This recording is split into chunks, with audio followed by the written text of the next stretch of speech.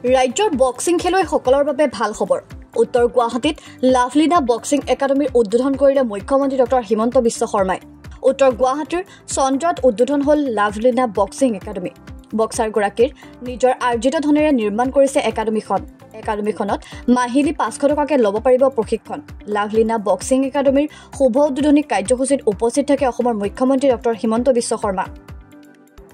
বিশ্ব পৰিৱেশ দিৱসৰ দিনটোতে উত্তৰ গুৱাহাটীত লাভলীনা বক্সিং একাডেমী উদ্বোধন কৰি মুখ্যমন্ত্ৰীগৰাকীয়ে মন্তব্য প্ৰকাশ কৰে।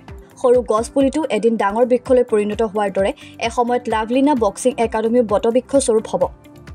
লাভলীনা বক্সিং একাডেমীৰ হোষ্টেল আদিকে ধৰি আন্তঃগাঁথনি নিৰ্মাণৰ বাবে ক্ৰীড়া বিভাগৰ তৰফৰ পৰা 2 কোটি টকাৰ আৰ্থিক সাহায্য প্ৰদানৰ ঘোষণা কৰে মুখ্যমন্ত্ৰীগৰাকীয়ে। উদ্বোধনী কাৰ্যসূচীত অংশ লোৱাৰ পূৰ্বে এটি গছপুলি ৰোপণ কৰে মুখ্যমন্ত্ৰীগৰাকীয়ে। লাভলীনা বৰগোহাঁয়ে চন্দৰাত এটা বক্সিং একাডেমী স্থাপন কৰিছে। আজি তাৰ শুভ উদ্বোধন হ'ল আৰু ই এটা ডাঙৰ আদৰ্শ যে নিজে যিখিনি অৰ্জন কৰিছিল, প্ৰতিভাৰ অধিকাৰী হৈছিল, তাক 10 জনৰ মাজত বিলাই দিয়াৰ প্ৰচেষ্টা। মই ৰাজ্য চৰকাৰ আৰু অসমবাসীৰ হৈ লাভলীনাৰ এই প্ৰচেষ্টাক আদৰণি জনাইছোঁ, শুভেচ্ছা জনাইছোঁ আৰু ৰাজ্য চৰকাৰৰ পৰা সকলো ধৰণৰ সহযোগিতা আগবঢ়োৱাৰ প্ৰতিশ্ৰুতি দিছোঁ।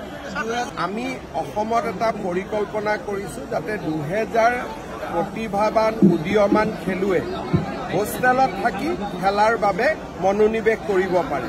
তাৰ প্ৰচেষ্টা ইতিমধ্যে আৰম্ভ হৈছে।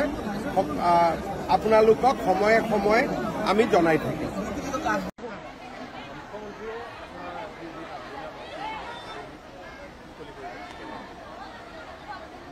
বহুতে বেছি ভাল লাগিছে, কাৰণ মোৰ এটা সপোন আছিলে যে একাডেমী এখন ষ্টাৰ্ট কৰা, অসমৰ ল'ৰা ছোৱালীৰ কাৰণে কিবা কৰা।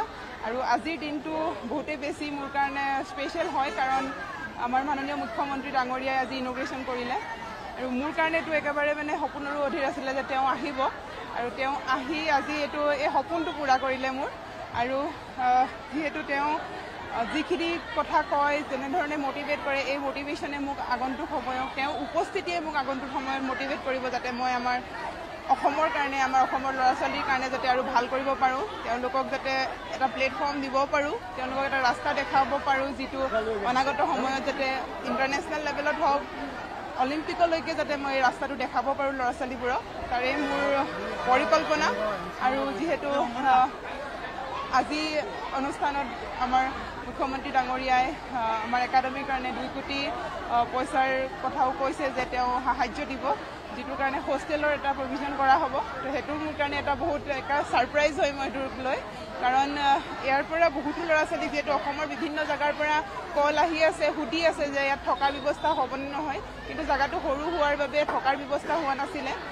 এতিয়া যদি ছাৰে যি কৈছে সাহায্যৰ ফলত চাগে আমি অনাগত সময়ত হোষ্টেলৰ ব্যৱস্থা কৰিব পৰা যাব, আৰু বহুতো ল'ৰা ছোৱালীক আনি পিনি আমি ইয়াত ট্ৰেইনিং কৰাব পাৰিম।